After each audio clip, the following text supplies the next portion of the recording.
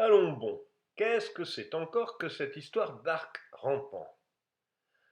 C'est que, d'une part, je ne pouvais pas ne pas parler du monument qu'est le traité des coniques d'Apollonius. D'autre part, comme il est à peu près illisible de nos jours, et que je n'ai pas vraiment d'image à vous montrer, ni d'anecdotes sur Apollonius à vous raconter, cela promettait d'être épouvantablement ennuyeux. Alors j'ai choisi de mettre l'accent sur la postérité d'Apollonius, et plus particulièrement sur les applications de ces coniques. Mais avant cela, voyons d'où peut bien venir cette histoire. L'objet cône est probablement aussi vieux que la poterie. On trouve des cônes antiques en terre cuite, aussi bien en Égypte qu'en Mésopotamie, datant au moins de 2000 ans avant notre ère. Plus intéressante est la question de son utilisation comme modèle de représentation scientifique. Quand, pour la première fois, a-t-on dit qu'un objet, naturel ou virtuel, était un cône? Si j'avais à parier, je miserais sur l'optique. Regardez les deux premières définitions de l'optique d'Euclide dans une traduction de 1663. Soit supposé, premièrement, que les rayons visuels au sortir de l'œil sont portés en ligne droite et sont distants l'un de l'autre et séparés par quelque intervalle. Et oui, pour Euclide, les rayons visuels partent de l'œil et non pas le contraire. Ce sont les savants arabes, et en particulier Al-Haytham, qui inverseront la vision. Deuxièmement, que la figure comprise sous ces rayons est un cône qui a pour sommet le centre de l'œil et la base est aux extrémités ou contours des choses vues. Tenez, en parlant d'optique, restez indifférents au malheur de cette pauvre Perséphone qui se fait enlever par le dieu des enfers, et concentrez-vous sur les roues du chariot. Elles ont bien l'air elliptiques, non? La fresque date d'au moins 20 ans avant la naissance d'Euclide. Cela voudrait-il dire que les Grecs avaient compris qu'un cercle vu en oblique doit être une ellipse? Eh bien non, pas exactement. Dans son optique, Euclide consacre une bonne dizaine de théorèmes à détailler la vision d'un cercle, d'une sphère et d'un cône, en fonction de la distance et de l'angle de vision. Puis vient, plutôt comme un corollaire, le théorème 40. Les roues des chariots paraissent quelquefois rondes et quelquefois en forme d'ovale. Ah bon? Ça ne sonne pas vraiment avec toute la rigueur d'un énoncé euclidien, vous ne trouvez pas? D'autant que le traducteur s'est un peu laissé emporter. Le mot grec utilisé par Euclide signifie distordu et pas ovale. Si Euclide avait compris que les roues des chariots doivent être vues et dessinées comme des ellipses, il l'aurait dit. Qu'est-ce qui lui a manqué? Mystère. Peut-être le concept de projection. En tout cas, pas la notion d'ellipse. Voici les définitions qu'il donne du cône au début du livre 11 des éléments. Un cône est une figure comprise sous les surfaces décrites par deux côtés d'un triangle rectangle, lorsque l'un des côtés de l'angle droit restant immobile, le triangle tourne jusqu'à ce qu'il soit revenu au même endroit où il avait commencé à se mouvoir. Si la droite qui reste immobile est égale à l'autre côté qui tourne autour de l'angle droit, le cône s'appelle rectangle. Si elle est plus petite, le cône s'appelle obtusangle. Si elle est plus grande, le cône s'appelle acutangle. L'axe du cône est la droite immobile autour de laquelle tourne le triangle. La base du cône est le cercle décrit par la droite qui tourne. Mais pourquoi cette distinction entre trois sortes de cônes? Comme inventeur des coniques, plusieurs auteurs pointent du doigt Ménègme, qui serait tombé dessus en cherchant la duplication du cube. D'après Pappus, ce serait plutôt Aristée, qui aurait écrit un livre sur les coniques avant Euclide. Mais ce livre a été perdu. Qui que soit le responsable, Ménègme, Aristée, tous considéraient des sections d'un cône par un plan perpendiculaire à une génératrice. Si le cône est obtusangle, c'est-à-dire que l'angle sommet est obtus, ou comme dit Euclide que le rayon du cercle est plus long que la hauteur, l'intersection est une hyperbole, c'est l'image du milieu. Si le cône est rectangle, l'intersection est une parabole, à gauche. S'il est acutangle, l'intersection est une ellipse, à droite. Toujours d'après Pappus, Euclide aurait lui aussi écrit sur les coniques avec la même définition à base de cône, obtusangle et acutangle. Jusqu'à Archimède, qui lui aussi garde les dénominations anciennes. Et cela, voyez-vous, c'est intéressant, parce qu'avec Apollonius, les définitions changent. Or, Apollonius est presque contemporain d'Archimède, peut-être un peu plus jeune. Donc, on peut être à peu près certain que la vision des coniques, qui est toujours la nôtre, est bien due à Apollonius. Voici la toute première définition de son livre. Si d'un certain point est menée une droite de jonction à la circonférence d'un cercle qui n'est pas dans le même plan que le point, qu'elle est prolongée de part et d'autre et que, le point restant fixe, elle tourne autour de la circonférence du cercle pour revenir à l'origine de son mouvement, j'appelle surface conique la surface décrite par la droite et qui est composée de deux surfaces opposées par le sommet, dont chacune s'accroît indéfiniment, lorsque la droite qui décrit la surface est prolongée indéfiniment. J'appelle sommet de la surface le point immobile et axe la droite menée par le point et le centre du cercle. Par rapport à ses prédécesseurs, Apollonius introduit plusieurs nouveautés. Une surface conique est désormais doublement infinie, et les trois sortes de courbes coniques ne se distinguent plus par l'angle sommet du cône, mais par l'inclinaison du plan d'intersection. Mais il y a plus important. Voici sa quatrième définition. J'appelle diamètre de toute ligne courbe située dans un seul plan une droite menée de la ligne courbe et coupant en deux parties égales toutes les droites menées dans la ligne parallèlement à une certaine droite. J'appelle sommet de la ligne l'extrémité située sur la ligne de la droite. Enfin, je dis que chacune des parallèles est abaissée sur le diamètre de manière ordonnée. Ah, que veut-il dire par là? Je vous le montre sur une parabole. La définition est tout à fait générale. Apollonius dit « Considérons toutes les parallèles à une même droite qui coupent notre courbe. » Sur le dessin, ce sont les segments verts horizontaux. Ils sont coupés en deux parties égales par un diamètre, ici par la verticale rouge. Apollonius qualifie d'ordonnés les segments verts parce qu'ils sont effectivement dans l'ordre, le long du diamètre rouge. Non mais dites voir, ça ne vous dit rien, cette histoire d'ordonnée? Et les segments verts coupés en deux, vous savez comment on dit couper en latin? Abscissa, tout simplement. Et oui, voilà d'où viennent l'abscisse et l'ordonnée. Les mots au moins, parce que du temps d'Apollonius, il n'était pas encore question de repérage dans le plan. Cela ne viendra qu'avec la géométrie de Descartes en 1637. Curieusement d'ailleurs, Descartes n'emploie pas les mots abscisse et ordonnée.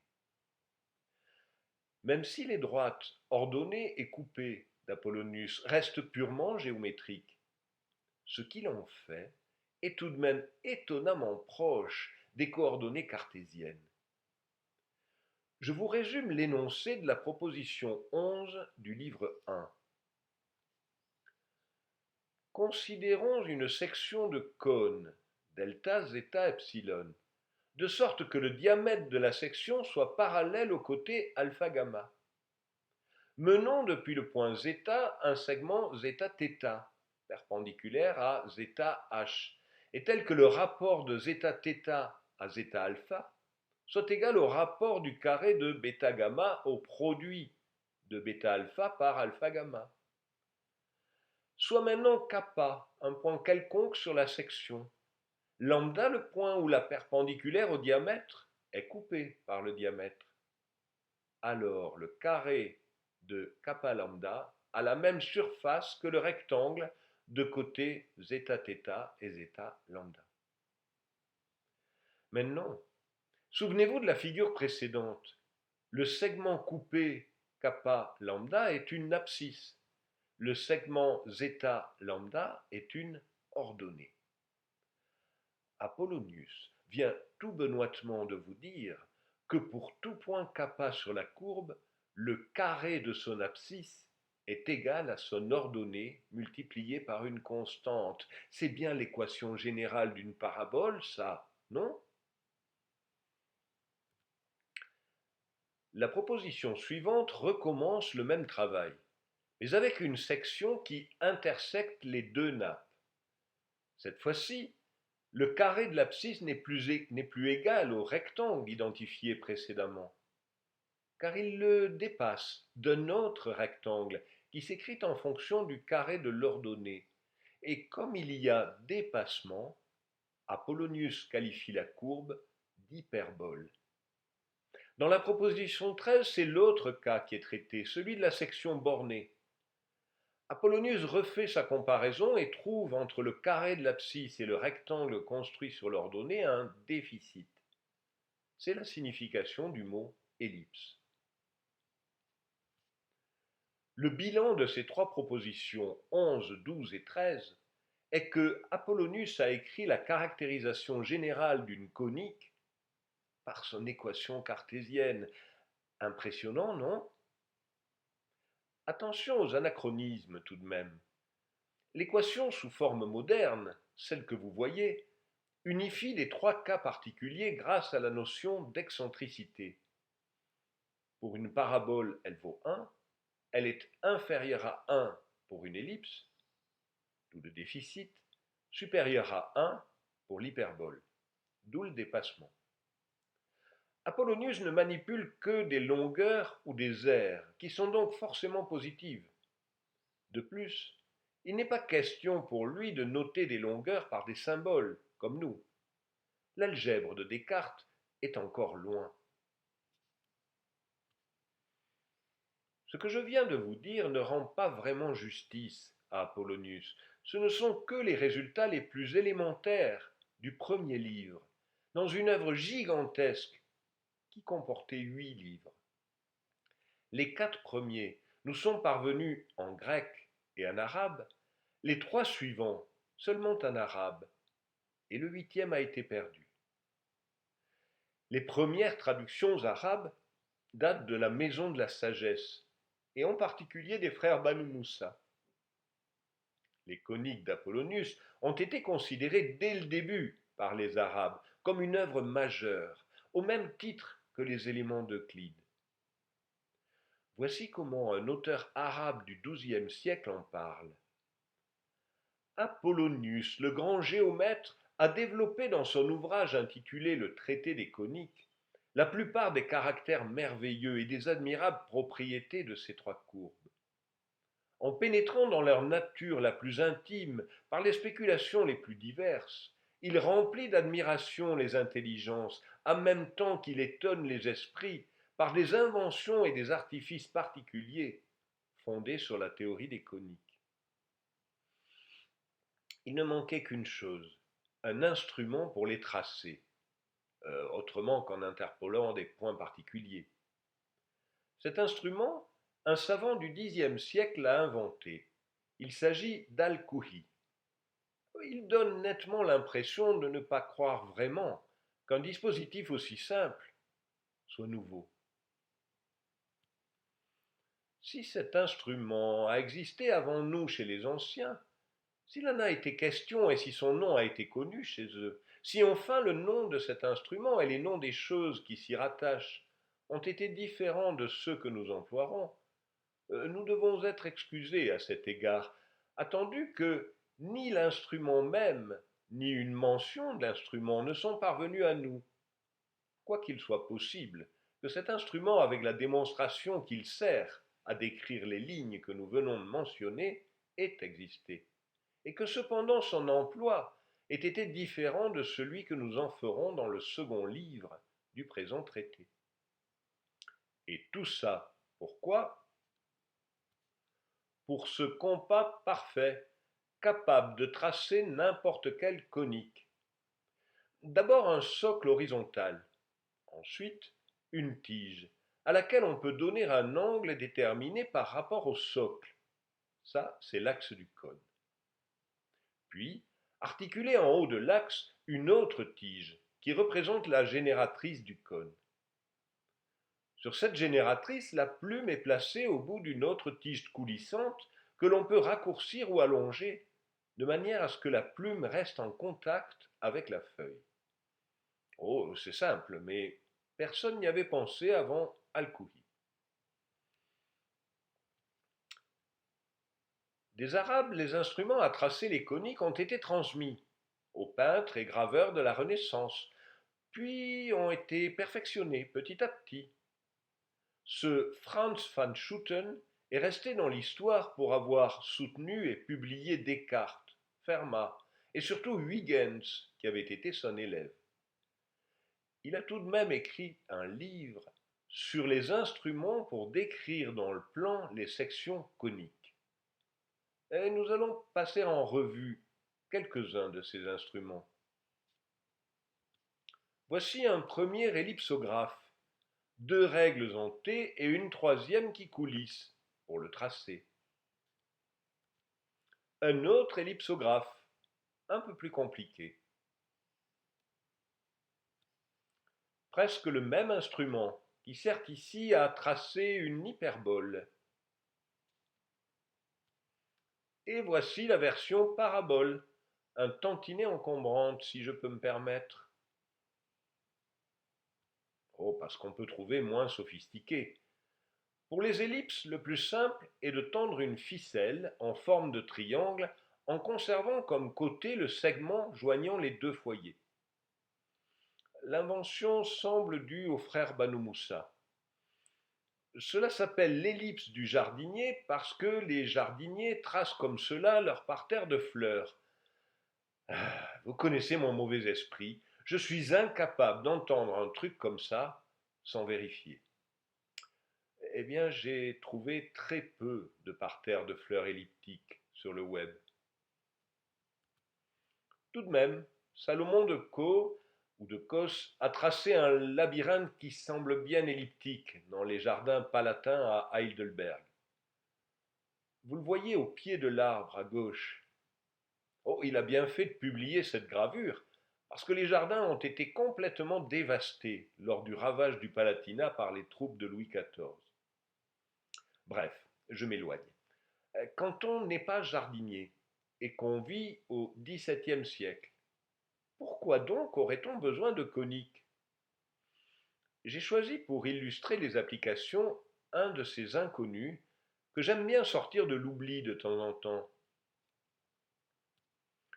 Il s'appelle François Blondel et a exercé diverses fonctions au service du roi Louis XIV. Ce cours de mathématiques est celui qu'il a enseigné à Monseigneur le Dauphin, c'est-à-dire le fils aîné du roi.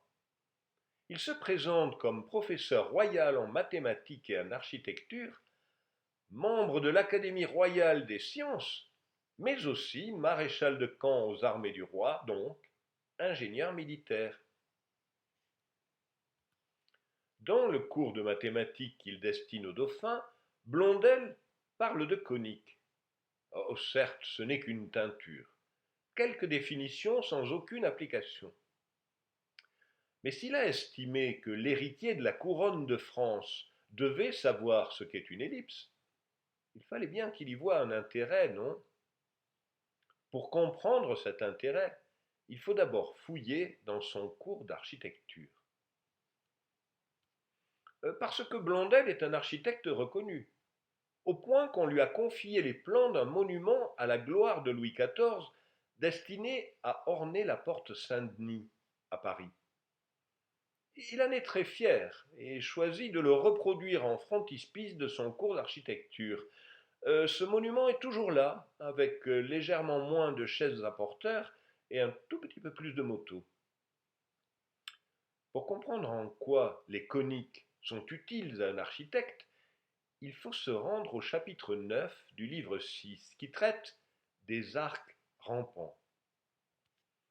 Un arc rampant en architecture, c'est une voûte qui relie deux piliers, qui non seulement peuvent être à deux niveaux différents, mais peuvent même n'être pas verticaux, et bien sûr, pas forcément parallèles. Le problème consiste à trouver un profil qui non seulement rejoigne les deux piliers, mais qui en plus est aux deux points de contact ses tangentes dans la direction des piliers. Blondel dit: j'ai jugé que ces arcs, pour être justes et corrects, devaient être l'une des sections coniques, c'est-à-dire une ellipse, qui est la plus ordinaire, ou une parabole ou une hyperbole, selon la diversité des suggestions qui peuvent être proposées. En fait, d'autres avaient eu la même idée, comme Philippe de La Hire. Blondel n'est pas seulement architecte, il est aussi ingénieur militaire et l'auteur d'un livre de balistique, L'art de jeter les bombes.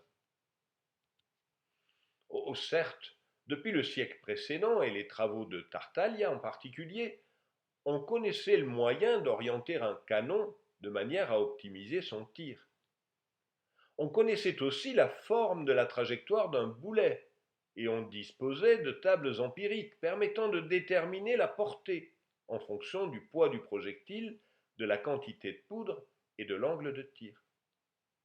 Oui, mais au XVIe siècle, il n'y avait pas encore de théorie mathématique de la chute des corps. À partir de Galilée, puis avec son élève Torricelli, on sait que la trajectoire d'un corps pesant doit être une parabole. Certes, on se rend bien compte que la parabole est trop symétrique pour coller aux observations, et on soupçonne bien la résistance de l'air d'y être pour quelque chose. Mais tout de même, le modèle parabolique explique bien pourquoi l'angle optimal de tir est de 45 degrés, et donc Blondel enseigne fidèlement la théorie de Galilée. Si je vous ai parlé de Blondel, ce n'est certes pas pour diminuer le mérite de Newton. C'est bien lui qui a compris qu'une force d'attraction inversement proportionnelle à la distance devait conduire à des trajectoires coniques. Lui qui du même coup a expliqué la première loi de Kepler sur les trajectoires elliptiques des planètes et la chute parabolique des corps, selon Galilée. Simplement, les multiples instruments de Van Schooten, comme les applications parfois un peu naïves de Blondel, prouvent que les coniques étaient parfaitement intégrées au bagage mental des intellectuels du XVIIe siècle. Les coniques d'Apollonius faisaient partie de leur formation et de leur culture autant que les éléments d'Euclide. D'ailleurs, Newton, qui cite Apollonius à plusieurs reprises, ne le nomme pas à chaque fois. Il dit simplement d'après les coniques, sous-entendu d'Apollonius. Sa fidélité aux écrits anciens a quelque chose d'émouvant. À propos d'un lemme de géométrie, Newton dit: de cette façon, le problème des quatre lignes, commencé par Euclide et continué par Apollonius, se trouve résolu dans ce corollaire, non par le calcul, mais par une composition géométrique telle que celle par laquelle les anciens l'ont cherché. La mécanique newtonienne et son explication du mouvement des planètes suffiraient à elles seules à justifier la place particulière qu'occupent le cône et les courbes qui en dérivent dans l'histoire des mathématiques. La théorie de Newton n'a été dépassée qu'au XXe siècle par la relativité d'Einstein. Ceci est extrait du premier article d'Einstein sur la relativité restreinte, écrit en 1905. Regardez l'équation de l'encadré bleu. C'est celle d'un cône. celui qui porte la trajectoire d'un signal lumineux émis au temps zéro dans l'espace-temps. Tenez, à propos de l'espace-temps, quelle forme diriez-vous qu'a la galaxie d'Andromède? Après tout, même si les coniques d'Apollonius sont beaucoup moins célèbres de nos jours qu'au XVIIe siècle, peut-être bien que nous n'avons pas encore complètement abandonné le schéma mental. Qu'en pensez-vous?